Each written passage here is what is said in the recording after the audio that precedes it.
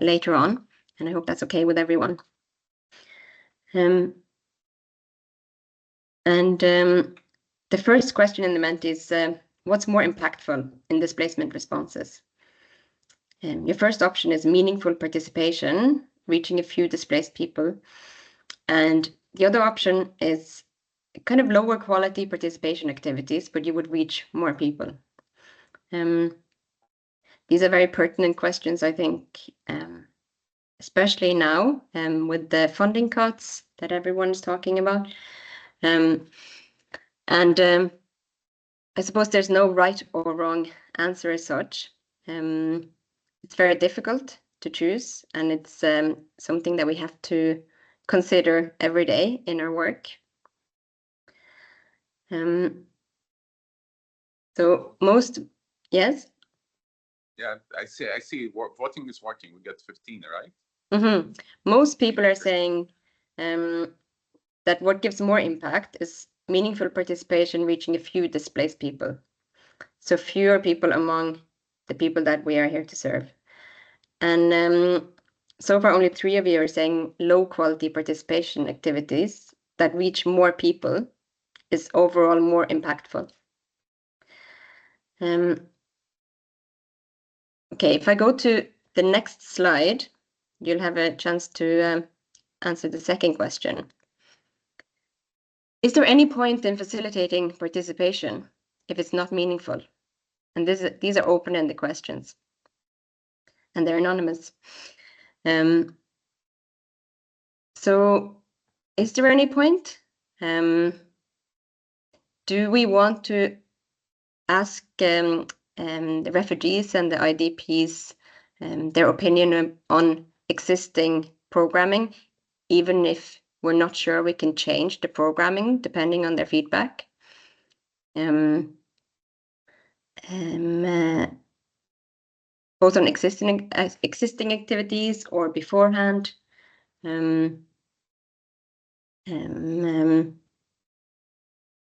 Yeah, I don't see any responses so far. It can be a simple yes or no, but I prefer some explanation. So someone saying yes, there is, but recognize that it's not meaningful means we need to deal with that systemically. Absolutely. And this is one of our biggest barriers, no? The system as it is. When there are no choice. Yeah, it's a very good point. Sometimes we have no choice. Yes, it can help shift culture. Lower levels of participation is better than no participation. Interesting take. Yes, but need to be transparent what we will do with the information. So gathering feedback from the displaced without it being meaningful participation, as in there would be no change in programming. There is a point in it, but we need to be transparent with what we do with that information. Might cause harm and raise expectations. If it's truly meaningful for communities, then yes. Yes, also meaningful to whom? It's subjective. These are all very good answers. And I think it's very good food for thought for the panelists in this session. So I'm going to stop sharing my screen now.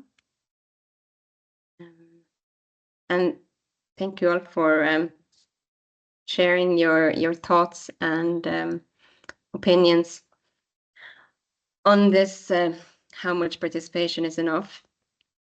There's also some comments in the chat. So just before I introduce the Community Engagement Forum and the panelists, just want to mention that after the panelists' interventions, you'll have the chance to ask them questions and add comments and add your own reflections to the dilemmas that we will be discussing today.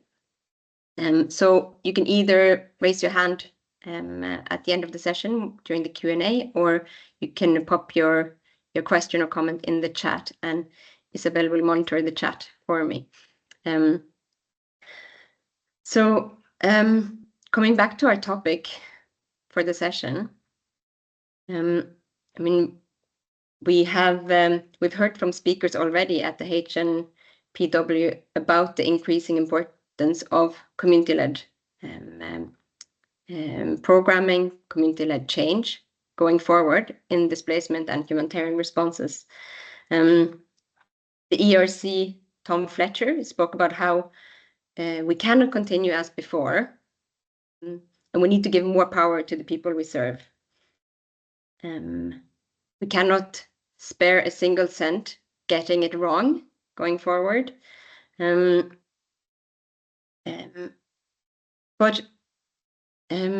we're being asked, and we're asking our colleagues to ensure meaningful participation in program design effectively. But what I wonder is this fair? When we continue to face the multitude of systemic and contextual and other challenges in the humanitarian aid system, are we setting ourselves up for failure by romanticizing participation and the ideal of meaningful participation? And with fewer resources, it's so important to understand how we can get this right. If the focus of our work is the people that we serve, as it should be, they should guide our work. But how can we ensure that space exists for displaced people to tell us what they need, how they want to receive it, and who needs it the most? This is often easier said than done. And we do end up romanticizing participation without really understanding our responsibilities that go with it, that go with facilitating participation. It becomes tokenistic or a box to tick off without any further impact on programming. So should we aim for a lower level of participation activities, lower quality of programming? But it's easier for us and probably more likely to achieve. So in this session, we have 3 expert panelists who will share their reflections on 3 different dilemmas. But it's not a case of there being one correct answer. And we also want to hear from you, the participants, what your experiences are and what your reflections are. So do pop those questions in the comments or join us by raising your hand in the Q&A. And before introducing our panelists, I just want to quickly introduce the Community Engagement Forum. Again, my name is Kristin, and for those of you who joined a bit later, I'm the moderator of the Community Engagement Forum. We're a community of practice on community engagement in displacement responses. We're part of the global CCCM cluster, open to practitioners from any cluster or sector or humanitarian work who want to learn more about community engagement and want to share resources on community engagement. Our objective is to share resources, experiences, challenges, and best practices on all elements of community engagement, including meaningful participation. And Isabel posted our link to our site on the CCM Cluster website there in the chat, so you can have a look at our forum and how you can join it after this session. And then let me introduce our panelists who will be getting these difficult million-dollar questions today. So we have Marie Ishimwe. Maybe you can give a wave there, Marie. Thank you. So Ishimwe is the East Africa Regional Lead for Refugees Seeking Equal Access at the Table, abbreviated as R-SEAT, where he's responsible for promoting the institutionalizing of meaningful refugee participation and leadership at the state level in the East Africa region. His journey is deeply rooted in his own experience as a refugee in Kenya, having faced numerous challenges in his early education, including a language barrier, difficulty affording school fees, and the lack of refugee identity documents. He understands firsthand the hardships endured by refugees and their families, particularly regarding the lack of identity documentation. With over 5 years of experience in the humanitarian sector, Ishimwe has been actively promoting refugee leadership and advocating for inclusive policies and systems. A journalist by training, he holds a bachelor's degree from the University of Nairobi. And Yakzan Shishakly is a dedicated humanitarian community advocate and the founder of the Maram Foundation, which is an organization focused on providing aid and support to vulnerable populations. With a deep commitment to social change, he's worked extensively to empower underserved communities, especially in areas impacted by conflict and poverty. As the founder of the Maram Foundation, Yakzan has led numerous initiatives that directly address humanitarian needs, with a particular emphasis on refugees, displaced individuals, and those affected by crises. His approach is rooted in the belief that lasting change comes from empowering individuals and communities to build resilience and self-sufficiency. Through the Maram Foundation and his other efforts, he continues to inspire others to take action, creating pathways for social equity and opportunity in some of the world's most challenging environments. And last but not least, Giovanna. So Giovanna Federici is the Community Engagement and Accountability Lead for the Norwegian Refugee Council, NRC. She's been working in the humanitarian sector since 2002, which means that you've been working there for 23 years. It means that I'm old, just that. I just had to do the math. So Giovanna has extensive international experience in both refugee and IDP situations and contexts, followed by global level work, where she's been providing global strategic and technical support to regional and country operations. Maybe most crucially, about 3 years ago, while she was my supervisor, she was instrumental in starting the Community Engagement Forum. Her expertise includes community engagement and accountability to affected people, CCCM, area-based approaches, protection mainstreaming, and capacity building. She holds a master's degree in theoretical philosophy and a master's in human rights and humanitarian interventions. So welcome to all three of you. I want to start by introducing some dilemmas. The first dilemma is about when community engagement can put the population at risk. And I've written it down here for myself to make sure that I should be clear and concise. This first participation dilemma that I want us to discuss today is, so a few years ago, I was contacted by a WASH organization with safety issues during water trucking to a displacement camp. The camp in question was mostly hosting foreign family members of alleged ex-fighters while awaiting, sorry, my accent is coming out, while awaiting repatriation to their country of origin or receive any legal status in the hosting country. The safety issues were particularly in regards to children in the camp who were repeatedly harmed or in some instances killed in the chaos that ensued during the water trucking. And this happened on a monthly basis. So during a context analysis to understand how to engage the leaders and the people living in the camp, and engaging them in how to ensure crowd control during these water trucking instances, I learned that the people that were living in the camp and had previously engaged with INGOs had been put at risk of harassment, violence, and in some cases, they'd been killed as suspected spies for engaging with organizations like mine. So I first want to ask you, Yakzan, does this mean that meaningful participation is not possible in these types of contexts or in similarly sensitive contexts?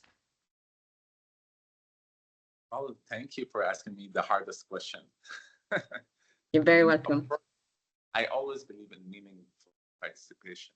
I mean, we cannot work with the community, for the community, without asking the community, not only opinion, participation. Because, I mean, to go back a step, I mean, why we are at the camp, why we are there, we would support the community, right? So we cannot come with an idea being cooked somewhere else and come to the community, say, we believe we're better than you. This is the goal. This is how you guys need to do it. I remember we're not staying there forever. We probably stay 1 year, 2 years, 3 years, but we're leaving. The community, at the end of the day, they are the one who will be receiving and taking over our projects. And supposedly this is the aim. Yes, there's some dangers, some danger of using, I don't want to say the wrong method of communicating with the community, but now with all the technology, we always can have the community participate without putting their name, without putting them in danger. And also we have to think why the other community or whoever is threatening the community of pushing them away from communicating from the international agency. So we have a problem. We have already trust problem between us and some part of the community. So if we have this problem, doesn't mean we need not to include the community. We don't know better than the community. In many cases, we, as international agencies, we fail in supporting the community or give them what they really need. Because we think we have experience in different countries. Probably we worked in Afghanistan, we want to implement this in Iraq, or we worked in Iraq, we want to implement this in Somalia. That doesn't work. Each community has its own special, unique approach, and they're looking for a different solution. So I think, yes, sometimes it's not the easiest thing. Yes, will make our life harder as a worker in a humanitarian field, but it's a must to give them their rights. Our job is to service the community in the best way they deserve and their needs. So we cannot cook something somewhere else and come to the community and say, this is what we decide. So the danger will happen from us intervention in their life. We have to step back and see why we're doing this, why the community or part of the community are threatening other partners or children or workers with their life if they communicate with us. That means there is miscommunication. I think we have to wait and do meaningful participation. And I like the word meaningful because participation doesn't mean the things will look good in the report. No, I'm meaning the things where the community choose what's the best for them. And if it doesn't work, it's not our fault. It's their community. It's just like democracy. It's they choose. It doesn't work. They do it better. So it's not our fault. It's not anybody's fault. It's for them to be trained to take over in the future. Otherwise, they will be dependent on us all their life. So this is why I really believe in, especially in this case. And disclaimer, because probably we know the camp. We're not trying to say any NGO or UN agency did not do the right way. I'm sure many people did their best at the point, but we're discussing this now after a few years of the case happened. I don't want to make anybody hungry. No, I think no one found it easy. Thanks very much. Some very good points there about looking at ourselves and why why the community doesn't trust us in the first place. Giovanna Ishimwe, do you have anything that you want to add to what Yakzan was saying? Yeah, mine is just like something that came up in my mind. I liked very much the point about trust that Yakzan raised, because I think it's in that type of case study. The main question is, how did we arrive to what are the reasons? There is one point that I think, this is not, it should not be used as an excuse to not have participation, but it's also true that we need somehow to respect also the willingness of the community to engage or not. You know, like there might be some people that for different reason they don't want to engage, and I think it's fair enough. Now, more broadly, not specifically only to that, you know, we are interacting with people that you know, they might be they undergone trauma, they might be finding themselves in a very difficult situation. So sometimes, and maybe also because we design, you know, participatory process based on what we have in our head. Sometimes we design participatory process that require, you know, time, commitment, resources, and people might not be, willing or might not be in the position to do it. So I think it's you know, also somehow, if understanding, you know, if people are not engaging, if we, you know, like if they have the opportunity, why so? You know, like it might be because what we are proposing is not might not be suitable for them. Thank you. Ishimwe, do you have anything that you would like to add? Yeah, maybe just to add one small thing, and I think Yakzan and Giovanni mentioned a couple of things, but I think from my own perspective, actually, as a journalist first, they always say that there is no story that's worth your life.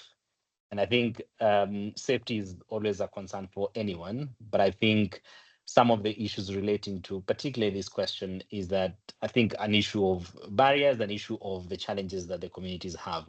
But one thing that's critical for me, I think it's this piece that Yakzan mentioned about, you know, we might think that we're the best because we've worked with in various places, and we know that we have the best way to deal with these things. But I think realizing that we actually are not the experts, the communities are the expert, would be the best way to actually understand how best to interact. So I think that idea of alternative ways of participating is one way to look at it. I think the safety part of it and seeing, okay, these people could be at risk, but how best can you still get their voices to be heard? Because it's one thing for access, the other thing for that engagement in a way that brings the solution that they need. So I think it should not be any reason that participation cannot happen. We should always aim for some level of participation, even in the difficult times. But it's to see, does that process make people safe or unsafe? And if it does, then it's not worth it.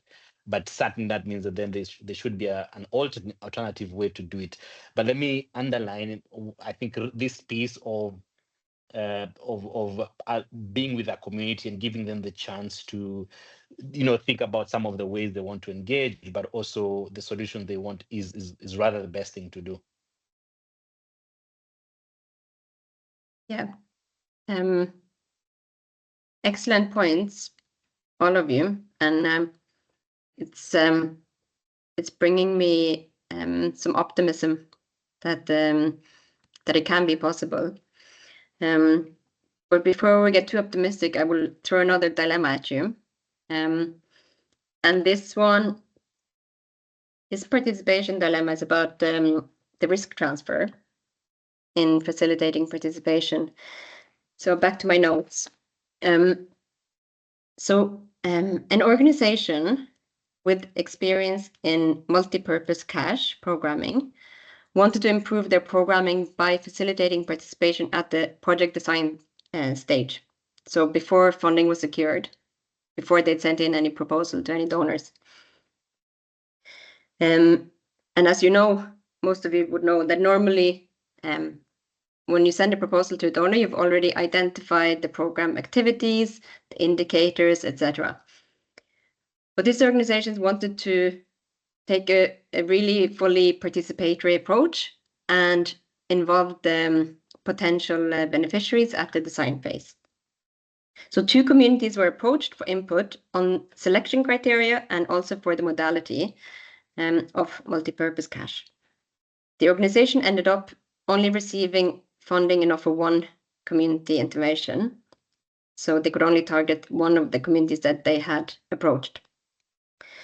And the donor funds for this project were restricted and did not allow for the community's input to be taken on board in the project design. This is, as you can imagine, a real-life example. So the local staff who lived in or near the communities were put at risk, even though the feedback was shared by staff who were not from there with the community, as was the reputation of the organization in the community. One quote that kind of stood out from a national staff was that transparency is a Western concept that does not work here. I think you remember this discussion, Yakzan. So in conclusion, the organization said that they will not again ask the displaced to participate at the science stage in their future program planning. It was just, it wasn't worth it. So Giovanna, I want to ask you first, does this example prove that sometimes the risk of meaningful participation is just too high to be worth it? Yes, thank you very much, Christine. So, and also thanks for organizing this session. I think is a refreshing way to discuss participation. Most of the time in our meeting, we discuss about participation and what we need to change, but very rarely we discuss on about how to make this change happen. And I think this is particularly important if in this new humanitarian reset, we want to advocate for a community-led, demand-driven humanitarian response. I think it's particularly important to reflect on this concrete experience. These are all things that really happen. Because I think try to navigate this dilemma is the first step to understand the how. So the answer to your questions, I mean, yes, it's a difficult question. I'm struggling to say yes or no, but I think this is a question that makes us reflect, like the others of today, it makes us also a little bit recognize that or acknowledge that the participatory revolution brings some dilemmas that we need to tackle, and also brings also sometimes some question to our humanitarian principle, and we have to learn to navigate all of this if we wanted to make it happen. Because until we don't face them, we will fail to make it happen. So these are just a couple of reflections from my side, bearing in mind that it's always easy commenting when things happen, and it's much more difficult than when you're in the process. So it's always a bit easier to comment than when we are in the situation. So of course, do no harm consideration, I think has been already mentioned before. In particular, in the design phase, a participatory process that doesn't end well can do harm, can raise expectation, can put at risk the community, can put at risk our colleagues working with them, can create conflict, can reinforce mechanism of power. This should not be an excuse to, okay, then it's too dangerous, I'm not doing it. But I think we need to be serious about it. So we need to have like a good, understanding of the community, and also a do no harm risk assessment. I think there is also another consideration. I think it was already mentioned a bit before. Do no harm consideration that are also a little bit linked with some technical aspects. So we are saying, community are the expert, completely true. But also we have seen that sometimes community preference not necessarily align with our technical standards. So the challenge, I think, our challenge here, challenge and opportunity, is to balancing in the right way what the community prefers based on their culture, based on their tradition, based on their needs, and then what are the technical standards, and find something that brings together the two, which is not always easy, but we do have a lot of examples where this has been possible. And I just mentioned one point about the humanitarian principle. I think also this dilemma and the others, they also makes us reflect how we can bring this participatory revolution, but in the same time also safeguard our humanitarian principle. Those that are that shapes the humanitarian response. But we know that sometimes might the community preference might clash with the humanitarian principle. And it's okay, I mean, community, they're not humanitarians, they are not necessarily request to have our same principle. So how do we navigate this situation? I mean, it's something that it's not easy to answer, one way and another. But I think it's very important to have clear that sometimes it's happen, and maybe also important to say that the community has to have clear what are the principles that regulates, the humanitarian response. And then I think Yakzan already mentioned a little bit models of participation. So when we think about participation in decision making, we are thinking about focus group discussion, participatory workshop. I mean, it's all great. I really love them, but it might not be the only way of doing participation. So I mean, some participatory process, people might have different interests, in different groups, and different members might be in conflict of interest. Maybe people, they don't feel comfortable to be consult openly. It's difficult to arrive to a consensus. Maybe it's not needed. It is different if we are consulting or we have a participatory process for individual support versus, something that all the community would benefit. So we need to have contextualized modality that is different and address all these variables. So it's not it's not only one tools, one guidance. The contexts are very different. Christine, with you, we worked a couple of years ago about people on the move. Sometimes the community is spread around, it's not in one place. So there is not a one solution. When we design this, the participatory process, we need somehow to tackle all of this.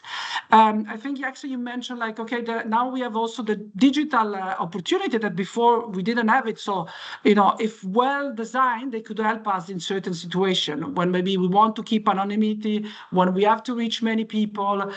So for sure, we can also use so the opportunity nowadays we have, and a decade ago we didn't.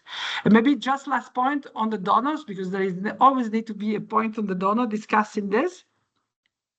So I think if it's true that we want to advocate for donors to move funding to move closer to affected communities, then there is need of an acceptance from the donor point of view that we cannot have. Donors have been much more sensitive to this, to participation and other accountability to affected people element much more than before. But there needs to be a reality check. If you want to have community participating in the design of a project, this is not possible if funding are not confirmed. Otherwise, we shoot ourselves on our foot. We create expectation, we increase the risk to do harm, etc., etc. So we can do both, and we have to be honest and say, okay, is it possible or is not possible? In some cases, it might not be possible, also for other reason. But to have communities in the design process, it's very difficult if there is not disagreement of flexible funding or confirmed funding, at least, on areas, on areas of intervention or geographical areas, but we need to have something. Otherwise, it's very, very difficult to have it. Otherwise, we can engage with the affected community only we know that we have funding for something that is not really design, it's not really like a participation in the real design phase. And then, yes, that's okay, because I'm talking too much. No, not too much at all. It's all very good points, and I hope the donors are listening. Ishimwe, I'm going to give you the chance first to comment on the same scenario or on Giovanna's intervention. Yes, certainly. I think I think the way Giovanni just said everything sounds to be everything I was thinking, really. But I I strongly agree with all those points, particularly because I think it's not a question very easy to answer from saying yes or no, but I think it's rather a bigger, more question of, the risks and the challenges that come with participatory, modes of engagement.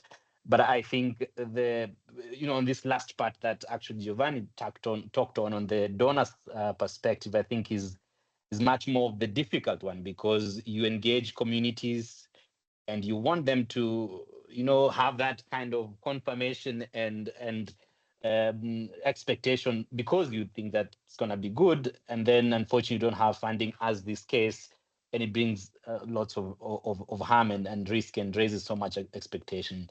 But I think from my side, it's in a way to rethink that perspective from their side. I mean, they understand right now, and donors are more and more understanding this piece of AAP. But I think it's, for me, it's the flexibility that the system needs to have, because otherwise the rigidity of the system to operate the way it's been operating might not answer to the question that the communities have as priority. So I think that aspect of balance, but aspect of donor understanding that the normal way of doing things is not actually working, could particularly help us. But I think the blended methods of operating are important. I wanted to say more specifically on something. I realized there's a time I was in Kenya and I was doing a research on a project, and actually I was just supporting. And then this community was saying they will not engage in that project and in that research. And they were saying that you always take our information and you never come back. Sometimes you've promised that you'll come back. Sometimes you've even said where we will be able, we will come back. But for most of that time, they were showing a lot of frustration that this has been the way things happen, that there's no way to come back. So it raises a lot of expectation. But I realized that part of that is that communities are not taken through from what I would say an informed perspective of participation. So it's really from a facing of, I have the project, perhaps I want to engage these two communities, but I'm not providing all the possible outcomes that this could arise on. And so you realize that you're kind of not saying everything, and the communities at the back, they're wondering, there are certain things in between the line that we're not understanding. And so I think for me is that informed process of engaging that communities and those communities that would help to kind of a little bit mitigate some of those expectations that might not be answered in the long run when we do these approaches. But I would say that it's sometimes very risky, but it's that balance that Giovanni mentioned. Yeah, thank you. Yeah, I agree with you there, Ishimwe, that we sometimes use controlled transparency or limited transparency in the information that we share with communities, in order to, and also just the way we ask questions.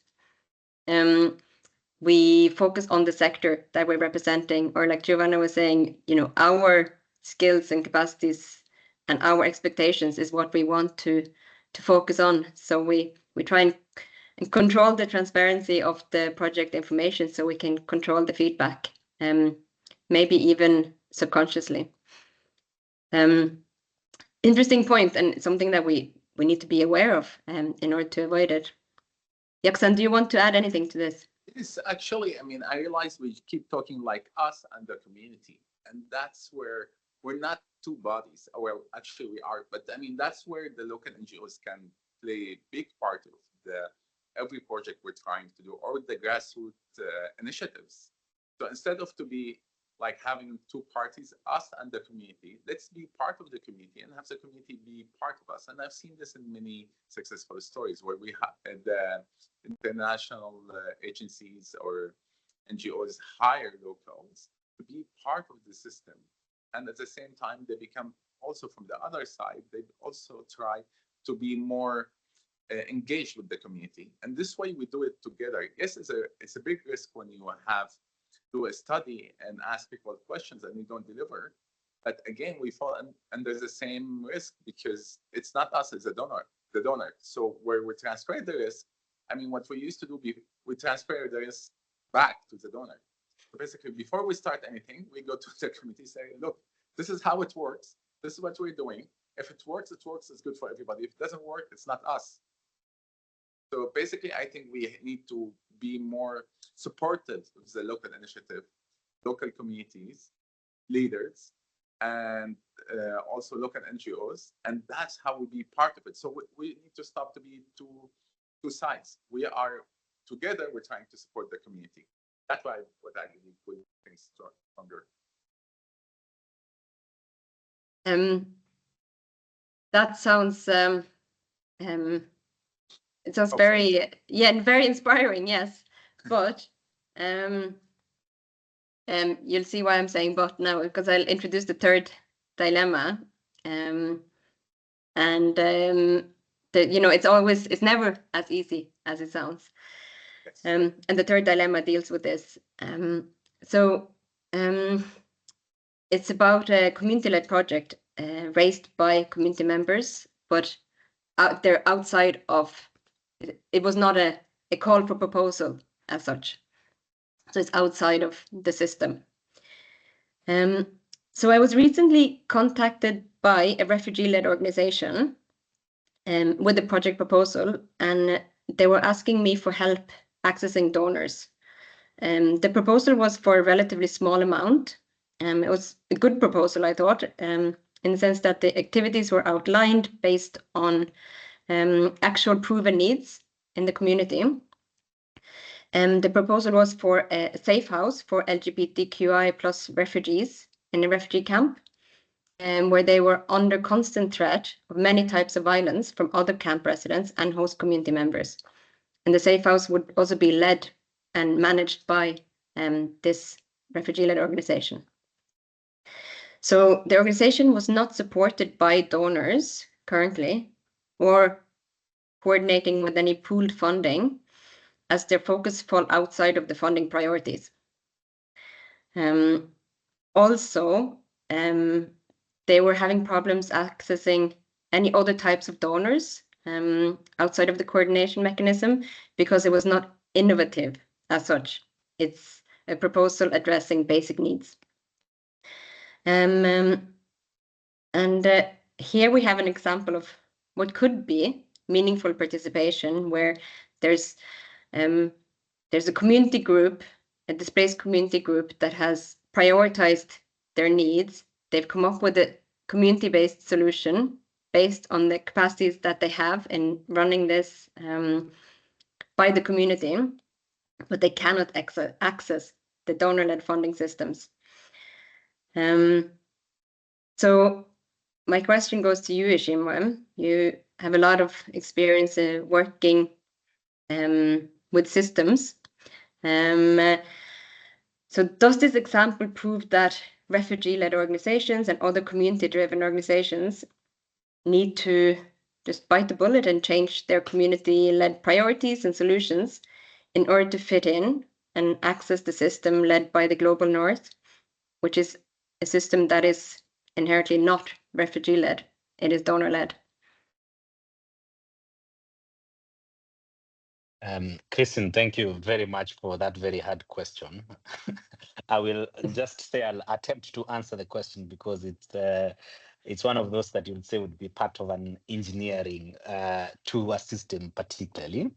But yes, so thanks really for organizing this. I wanted to first paint a picture of the kind of frustration that refugees find themselves. This is the exact of it from a personal.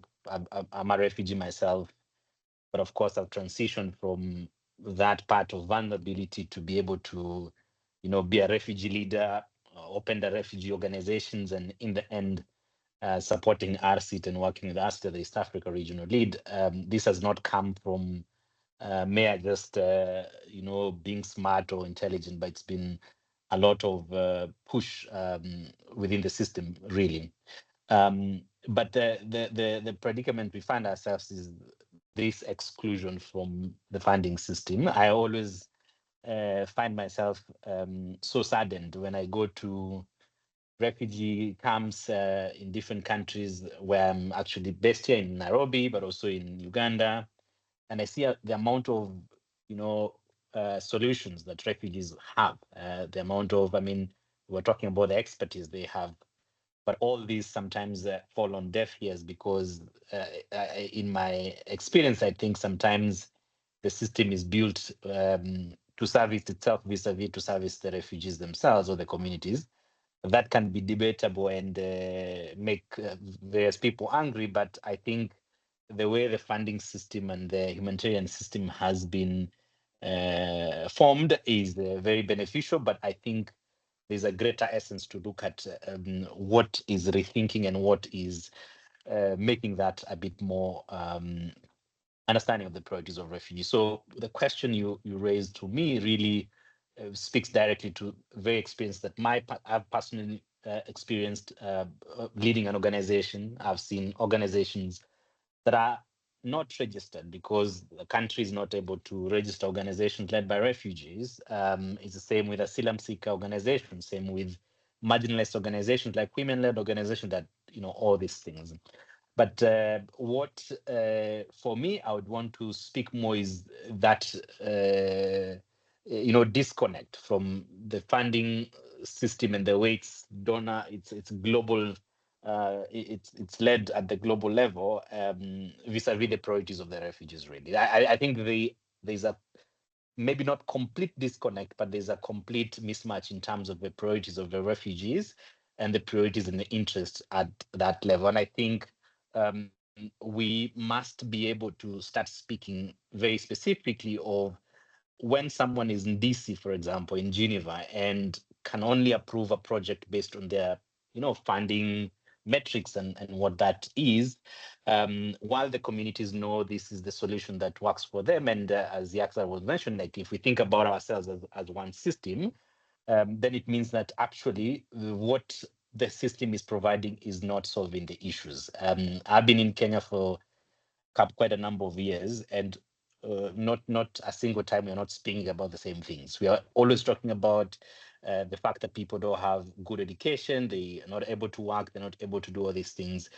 This is to tell us that the funding system currently does not answer and fully, while it might in a way, to the priorities that refugees have, but also really overall.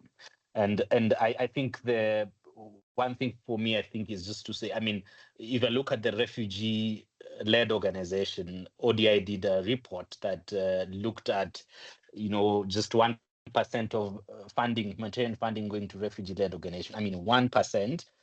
Not even for RLOs, but for local organizations.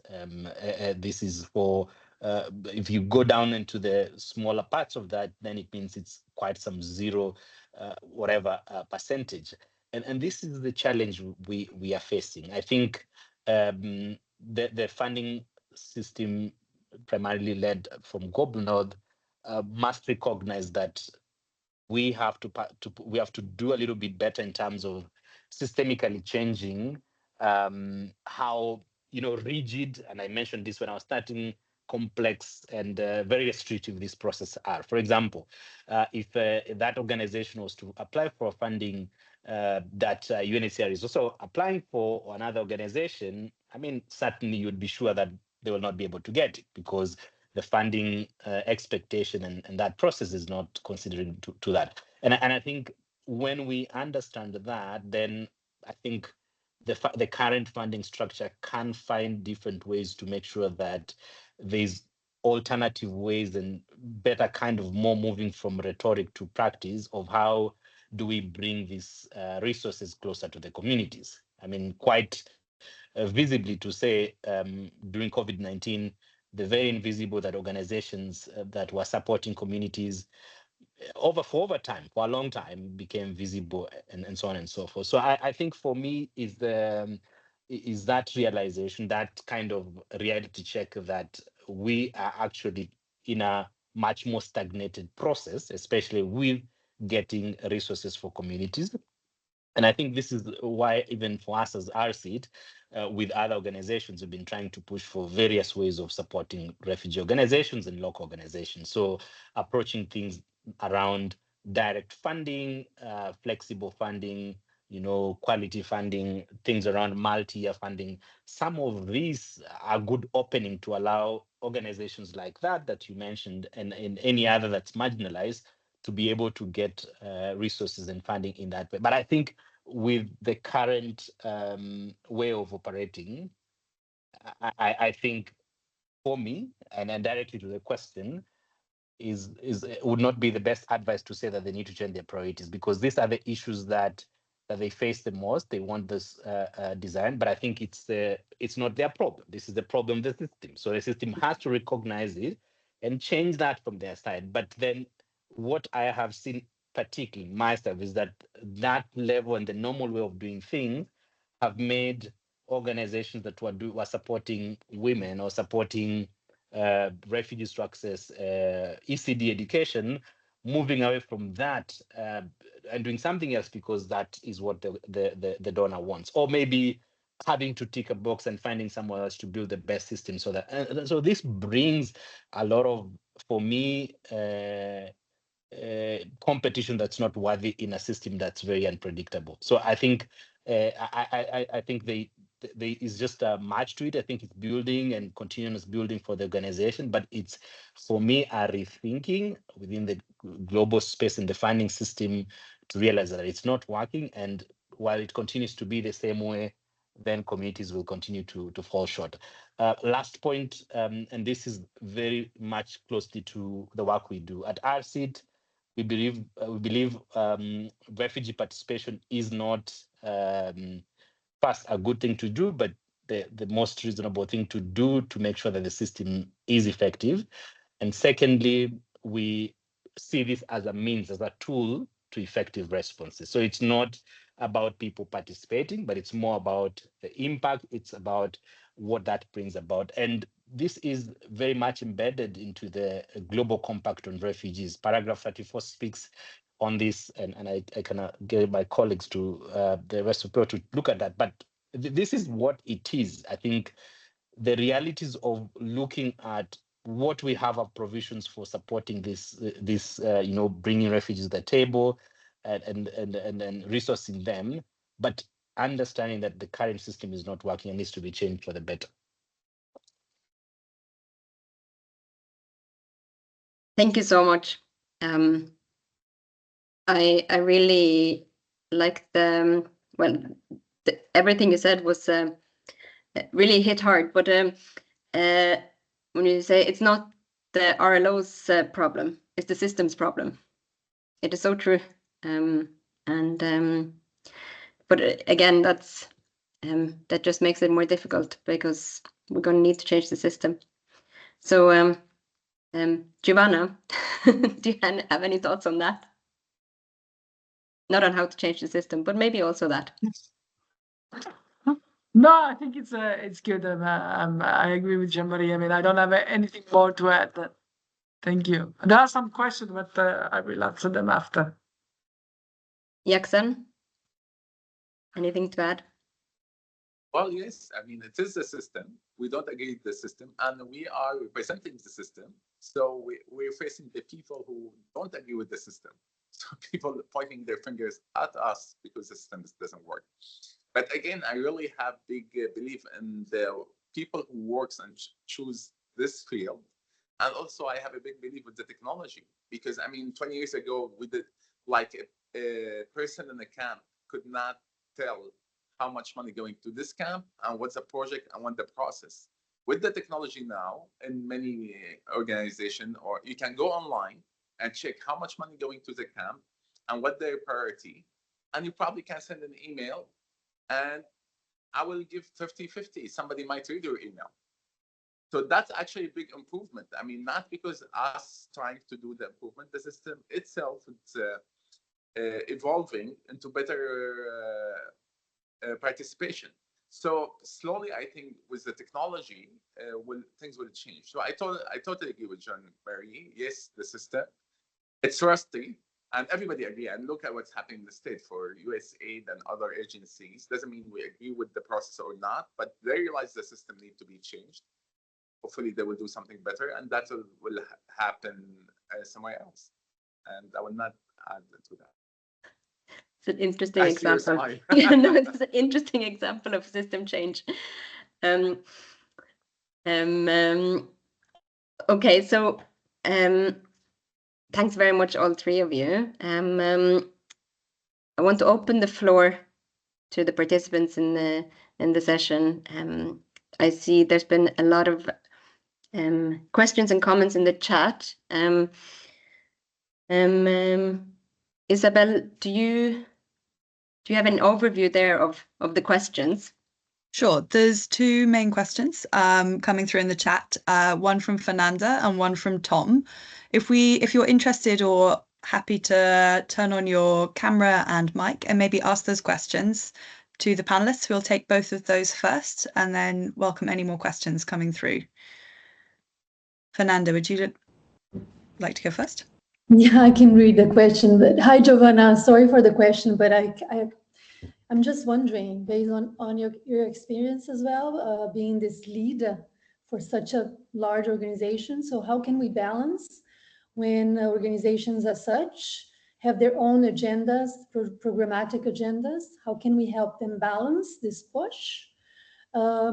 Because often not necessarily it's a priority for communities. So how can we say stop? Thank you. And Giovanna, maybe just before we come to that, in case you also have more points for Tom as well, we'll take Tom's question as well and then come back for answers, if that's okay. Hiya. Thank you very much for all of this so far. It's great, super interesting. My question is, again, it's donor related. What are your thoughts on the different arguments that we can use to persuade donors that it is in their interest to use participatory approaches, such as cost effectiveness, impact, maybe something to do with assessment fatigue? But yeah, complicated. Giovanna, I saw you jumping to go answering those questions. Do you want to go ahead? Okay. Yes, I'm on mute. A question from Fernanda. I mean, it is not easy because we all been used to and raised to, like work in different technical areas. I mean, beside the CCM that, we work a little bit more, cross-cutting and with a more holistic approach. But it is something that, again, it's somehow, part of our system. We have been used to think like this. I think there's been a lot of discussion in the last year, much more than before, that we need to approach people's need from an holistic point of view, put the people in the center, not get in just already with okay, I need to do shelter, I need to do education, etc., etc. I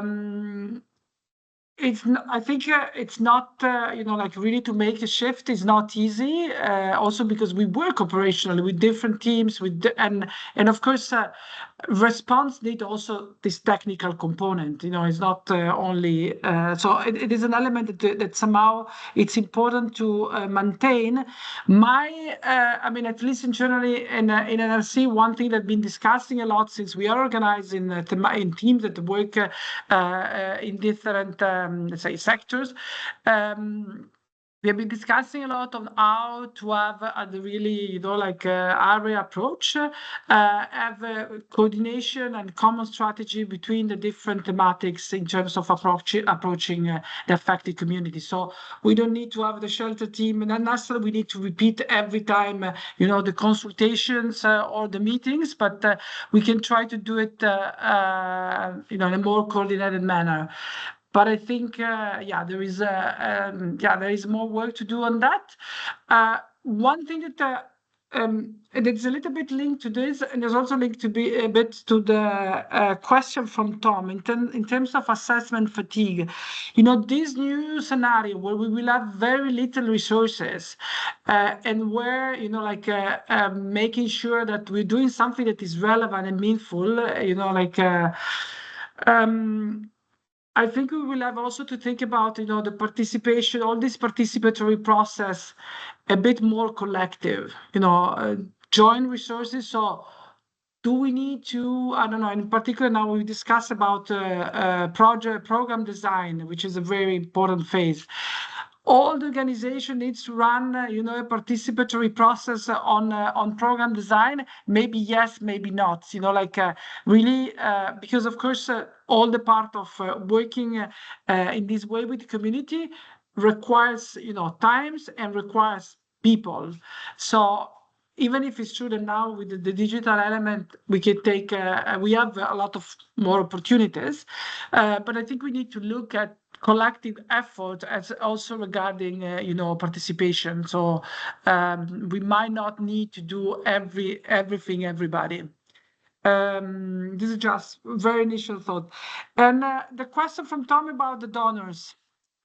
I mean, I think it's there are a lot of documentation, documents and reports that demonstrate that if the community is involved, we have a response that is more effective, more relevant, with higher quality, and also more impact. I think so. I think there are data. I mean, I guess again now in this new scenario is about with little resources to try to use what we have at as best as possible.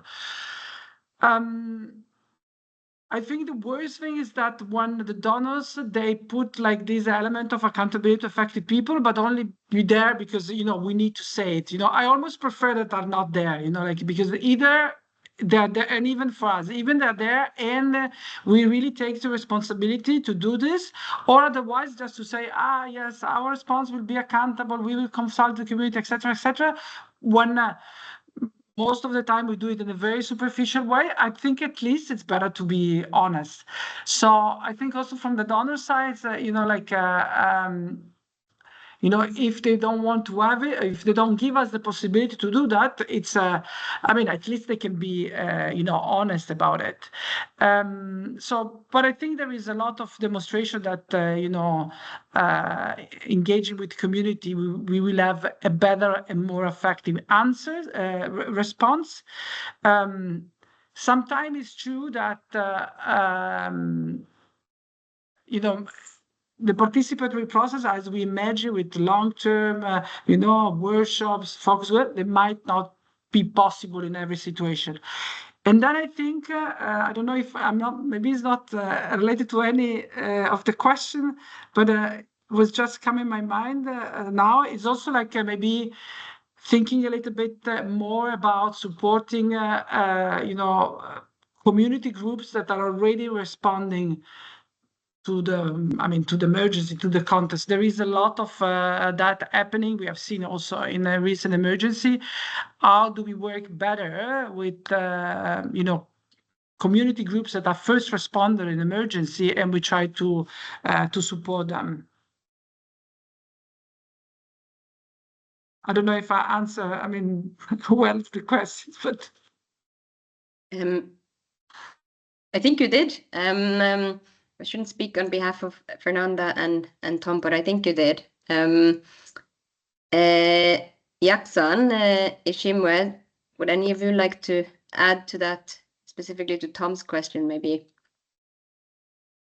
I like what Giovanna said. To be honest, this is a secret, fantastic word. We have to be honest with everybody. We have to be honest with the community. We have to be honest with the donors. And I believe the donors also, all of us here looking for a successful story. We're looking to be successful in the implementation. And to be honest with our donor is to be, and we need to tell them, to be successful, we have to have the community participation. Yes, it is extra work, and we all know this. That's why we're meeting. It's not an easiest thing ever, but we are here also to support the community. So in order to have successful story, to help the community, they need to be happy. They need to appreciate our support. So I think the magic word is to be honest. Absolutely. Ishimwe? Yeah, I'll add just a few things. Yeah, I mean, I think I completely agree with the honesty and all that. I think for one thing I've realized with donors, I think, I mean, maybe it's just for the ones I've engaged with, I think they care a lot about the impact, even though some of this has less funding to actually make that to happen. But I feel like there's that commonality for all of us about the impact we want for the communities. I think this is not questionable. But I think in terms of how that can be impactful, it means that, as we are all saying, is the process of participatory, the model of a participatory should be in that process. And I think for me, I mean, from where I come from, we have been trying to make sure that this is something that is done not just for the sake of doing, but two, something that actually contributes to effective responses, as we started by saying. That it makes a lot of sense and a business case, a good case for money to be given or funding to be given, but those funds to actually solve the challenges that refugees are facing in the communities. And if that is not happening, that means that we are failing. But I think donors being very, I think they have to be flexible to provide that extra resource, or that we need to be able to do this work, because it's not gonna be just do it because we need to get you do it, but it's because there's a commitment to making sure that some of this level of understanding the needs. And I'll give, for example, a small sample. There's an organization in Kenya that was doing a project to support refugees with giving funds for business, but they realized at some point that actually most of the business support that was being given was not translating to the impact that they wanted, whilst the money was still being given out. And then they decided to engage the community, and they realized for most of the communities, they needed some extra support or a mentor. And they decided, okay, we'll pause on giving them the fund, but we'll come back to you with giving you the funds, but also equally providing a mentor that actually is involved in that process. Now, when I think about that, I don't see it as an extra work to do that, but it's a positive work to make that response and that program to actually be impactful. So I think it's really getting the donors to provide those extra resources, but also they want the impact. So let's engage the communities to see the impact that is needed. So really, that's what I would say. Yeah, and I think I mean, these are all excellent points, and I really hope the donors are listening.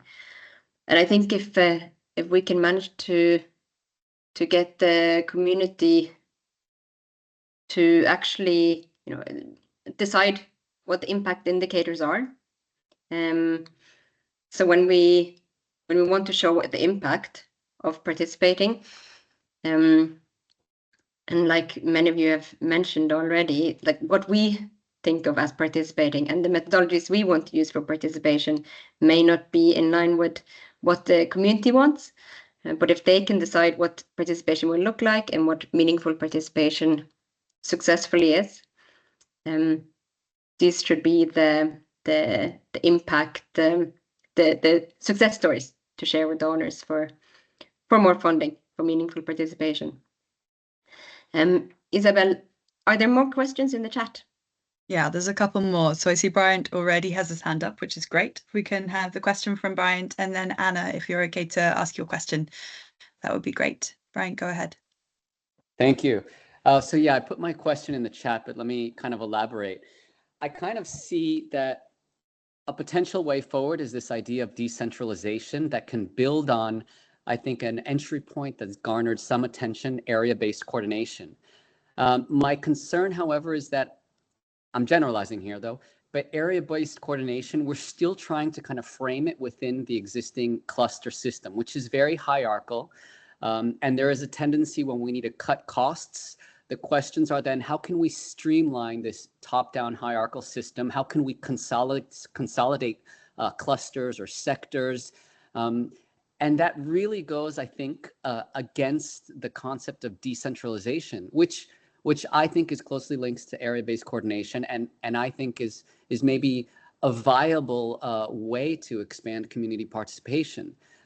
So maybe, yeah, going back to the point that Jean-Marie said about looking at the structure, is this a time where we need to kind of think about what happened in 2005-06 when we were all questioning what's going on in the development of the cluster system kind of evolved? Do we need to have that other reflection again, acknowledging the shortfalls of the cluster system, acknowledging that our business models of streamlining this structure might not necessarily be the best way forward? Over. Great question, particularly at this time, I think. Anna, would you like to ask yours, and then we'll take them to the panelists? Hi. Sorry, I've got a special guest with me. My question is also kind of thinking about the current sort of reflections on humanitarian system change and the calls that we're seeing at the moment for going to sort of back to basics and returning to a kind of a stripped down humanitarianism that's very much just focused on survival, basic needs, and how we square that with approaches to community engagement that are respecting and amplifying communities' needs, priorities, as holistic and as kind of being more than just basic survival, and how do we kind of push back on this narrative that as funding shrinks, humanitarian services should only be about life-saving services and not the sort of the more fundamental things about what it means to sustain a full and meaningful life for displaced populations.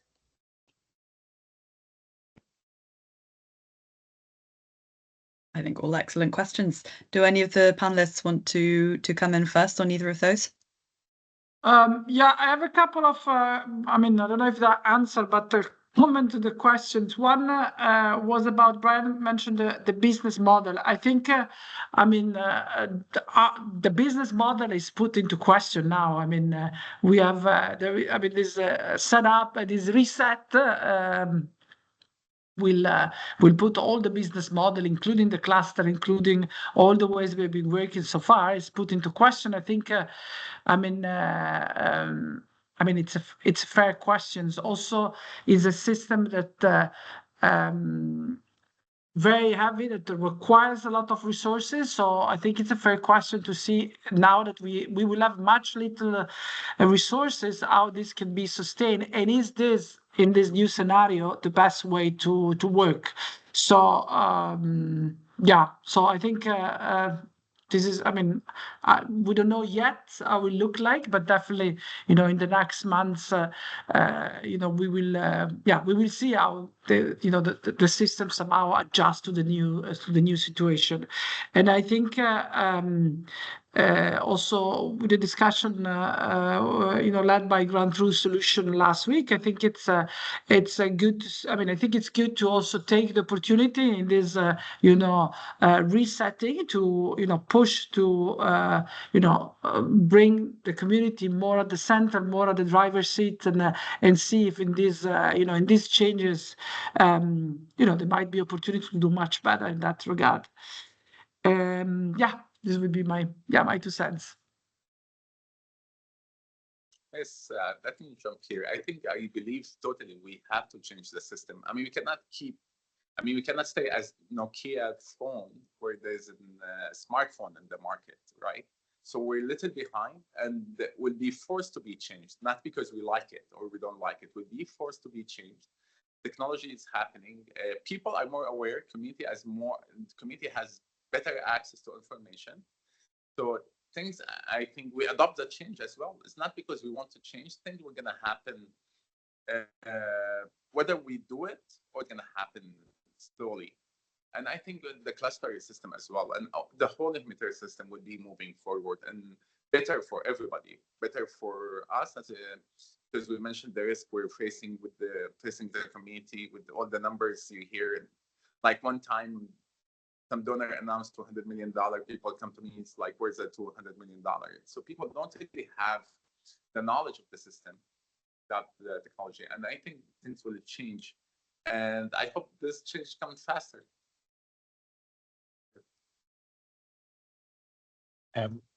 Christina, I'll jump in as well. And fortunately, for some reason, I had the colleague who asked the question, but I didn't get the full part of it. But I think in terms of the structure of it, certainly, I think one of the things I wanted to say is there's always a tendency to reduce participation and community engagement when the resources go down. Like this is an excuse to do it. And I think that's the mindset that we need to be able to see that's not beneficial anyway. But in terms of the system, that actually presents an opportunity to look at things differently. And I always talk about this a bit. I mean, the system can be, as whether we want to define it working or not working or progressing or not progressing. I think it's going through a lot of evolving. And for me, I think it's, and for the system, it's that realization of how do we review of what is working and not what is not, and what is not, what is working and what is not working. But certainly to say is that the lives of the people, the refugees, the communities will always be the one that bears the biggest part. I mean, as organizations where we work, our contracts can be cut and stuff like this, which is saddening. But I think it's much more for the people that we are working with that this frustration keeps going. And I think the same way the international space and at the UN level, we're talking about sustainable responses.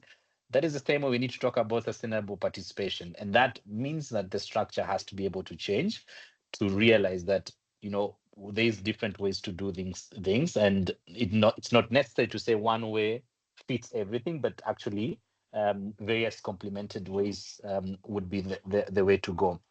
I think on the question by Anna, I think was, I mean, again, certainly just because of funding cuts and all this uncertainty, we find ourselves in that part of just life saving. I think it's important because this is most crucial.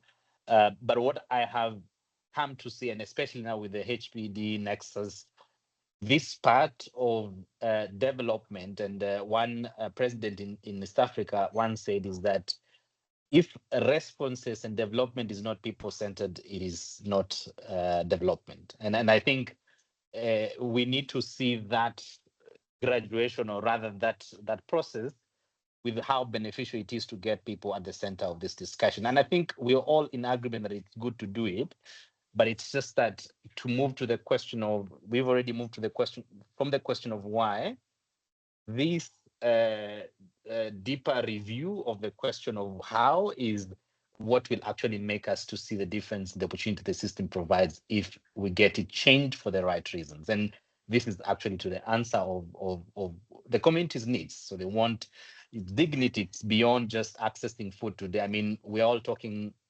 about nothing for us without us, but we're also talking about not always being takers, but also being givers to the same. So what's that value when that engagement goes in for the refugee responses as well? So just to share that as well. Thanks. Thanks very much.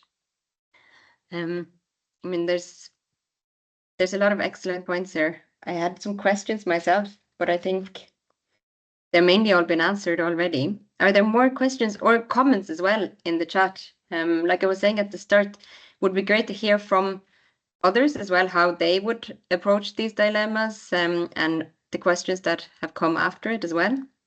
If anyone wants to raise their hand.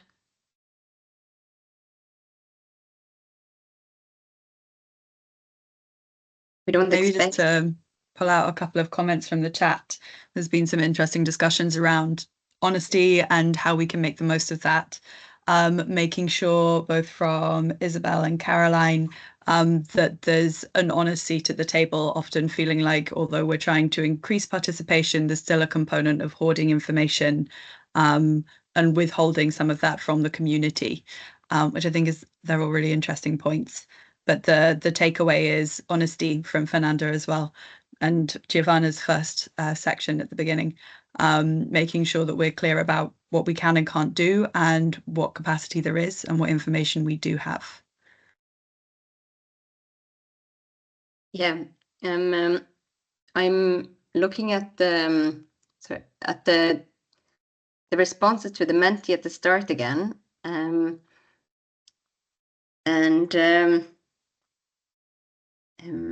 I think a lot of these points have been raised. So if we're facilitating participation that is not meaningful, it's only to make ourselves and donors able to write a good report. Not if it places undue burden on the displaced without clear benefit to them. There's a danger of participation for its own sake. And I think how we can lessen the burden of participation on the community members has been discussed a little bit when we're talking about the different modalities, and not just using the methodologies and modalities and approaches of participation that we bring as organizations, but allowing for the community members to decide what participation will look like and whether they want to participate at all. I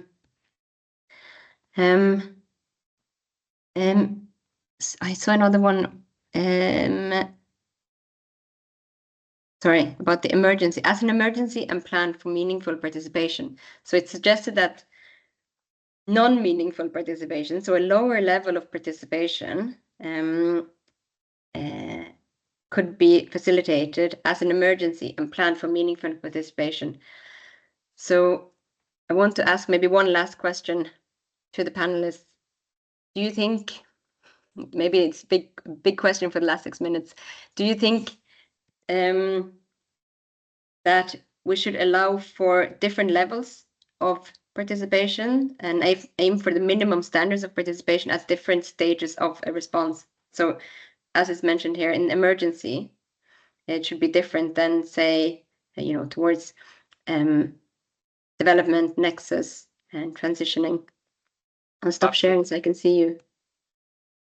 Yakzan. Absolutely.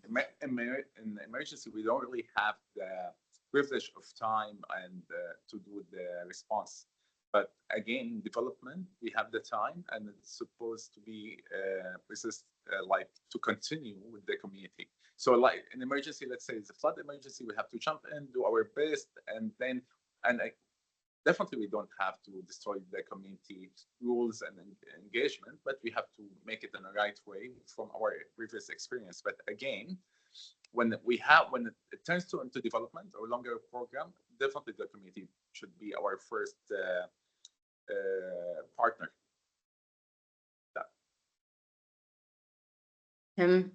Ishimwe, any thoughts on different stages of the project cycle and different levels of participation? Yeah, I mean, I think I would say that I think it's about solutions participation in being that it's not a one size fit all. So it's not one way of doing it is the better, but it's really looking at what actually works for that particular situation. I think from the work that R-SEAT does, for us, we aim at the highest level of participation, of course, because we're engaging states.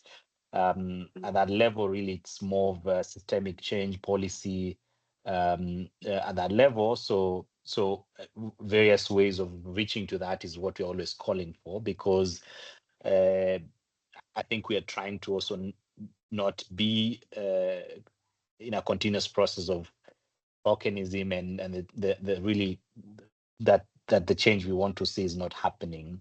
But I think for me, it's the complementarity of it. And I think it's not to aim for the lowest, it's to aim to the much you can.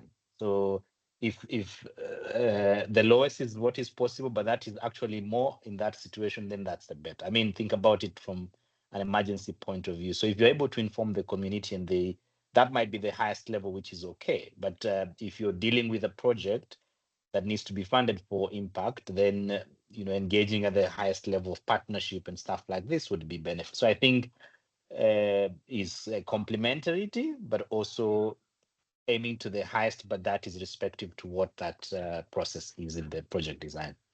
Thanks. Thank you. Giovanna, I think you might have opinions on this. Am I right? No, I think it's very important what Jean-Marie mentioned, that there is not one size fits all. There are different. Also, Yakzan mentioned there is emergency versus more long-term work. So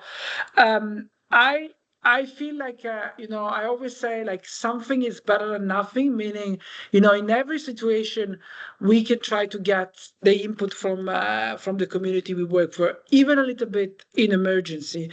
Of course, we cannot expect to have a complex participatory process when we have 24 hours to act. So we have to be realistic, about it. And I think again now, digital means can also give somehow some, bigger access also in situation where it's a bit more complex to consult affected communities. In general, I like this, let's, we should aim to do the best that we can, in the situation where we are, being also realistic, not using, participation because it's nice to say, because it's the right word to say, but, it's better to do a little bit, but do something that is meaningful and honest than spending a big words and then having something very shallow. So I mean, maybe things will change in the future. For the moment, I think this is a positive but also realistic approach to to participation.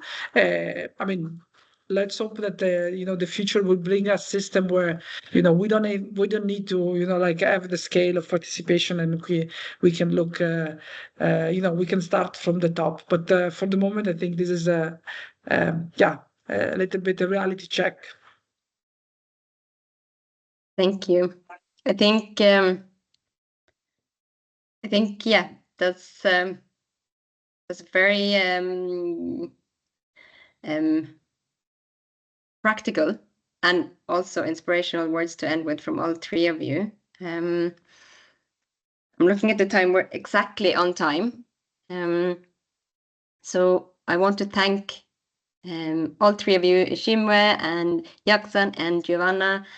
Thanks very, very much for your contributions. Thanks for being so open and so honest about how you approach these million-dollar questions. And I'm sorry for putting you in these situations, but I've found it extremely useful and inspirational, and I hope that the rest of you have as well.